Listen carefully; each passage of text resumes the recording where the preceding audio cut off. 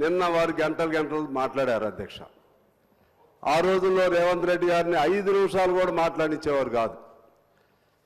అంటే అసలు ఈ తెలంగాణ రాష్ట్రం అంటే ఎవరిది? 4 కోట్ల ప్రజల సంపద ఇది, ప్రజల గుండెకాయ ఈ అసెంబ్లీ. 4 కోట్ల మంది ప్రజల గుండె చప్పుడు వినిపించేటువంటి పవిత్రమైన దేవాలయం ఈ అసెంబ్లీ. మా గొంతును నొక్కే అధికారం వాళ్ళకి ఎవరిచ్చారని చెప్పి నేను మీ ద్వారా అడుగుతున్నాను అధ్యక్ష. ఇంత ప్రాధాన్యత కలిగినటువంటి గొప్ప బిల్లు ఇది. ఇప్పటికే ధరణి పేరుతో ఈ భూమాతను బంధించారు వీళ్ళు. తెలంగాణలో ఉన్నటువంటి రైతాంగాన్ని బంధించారు.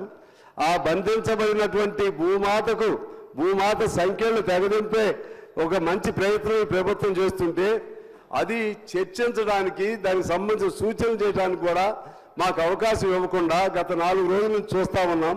ఈ విధంగా వాళ్ళు చేస్తూ ఉంటే ఇక మీకు అనివార్యమైన పరిస్థితులు మీకు రావాల్సిన అవసరం ఉంది అధ్యక్ష.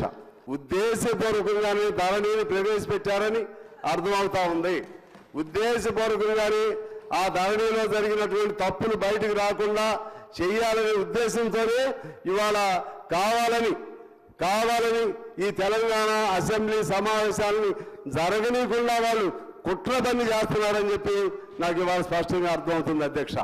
అందువలన వాళ్ళకి ఏదైనా బాధ ఉంటే వాళ్ళని వాళ్ళపైన కేసు పెడితే, కేసు నీ ఒక్కడి మీద పెట్టారా ఈ దేశంలో? నీ ఒక్కడి మీద రండి కేసు పెట్టింది. కేసులు అనేక మంది మీద పెడుతున్నారు కదా. రాహుల్ గాంధీ గారి మీద పెట్టారు, అందరి మీద పెట్టారు, రేవంత్ గారి మీద పెట్టారు, మా స్థాయిలో మా మీద పెట్టారు. మీరు ఎప్పుడు ఇట్లా చేయలేదే. మీ మీద కేసు ఉంటే మీ నాన్నగారు నిరాహార దీక్ష చేశారు కదా, అక్కడ నిరాహార దీక్ష చేయరాదండి గాంధీ బొమ్మ దగ్గర.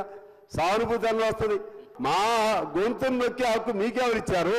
మీ మీద కేసు పెడితే మమ్మల్ని అందరినీ మాట్లాడనీకుండా చేసే హక్కు మీకెవరిచ్చారు? అసలు మీ పరిధి ఏంటి, మా పరిధి ఏంటి? ఈ రాష్ట్రం ఎవరిది? ఇది మీదా? మీ ఒక్కరిదేనా ఈ రాష్ట్రం? మీ ఒక్కరి పోరాటంతో వచ్చిందా ఈ రాష్ట్రం? మేమందరం చేయలేదా? నేను కూడా 7 రోజులు నిరాహార దీక్ష చేశాను అధ్యక్ష. తెలంగాణ కోసం జైల్లో ఉండి మరీ చేశాను. 600 కిలోమీటర్లు పాదయాత్ర చేశాను.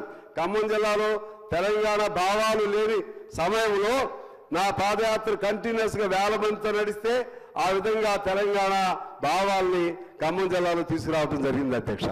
దండాయిజం, రౌడీయిజం, దురాగతం ఏం పద్ధతులు అధ్యక్ష? ఇది పెద్ద లేదు, చిన్న లేదు. బీజేపీ వారు రాసుకుని పెట్టుకున్న కాగితాలు ఉన్నాయి ఇక్కడ.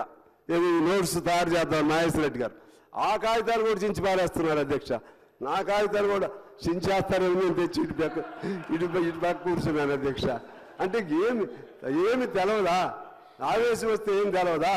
మీ ఇష్టం వచ్చినట్టు చేస్తారా? మీ ఇష్టం వచ్చినట్టు చేస్తే అడిగేవాళ్ళు లేడేనా మీ ఉద్దేశం? అడుగుతారు.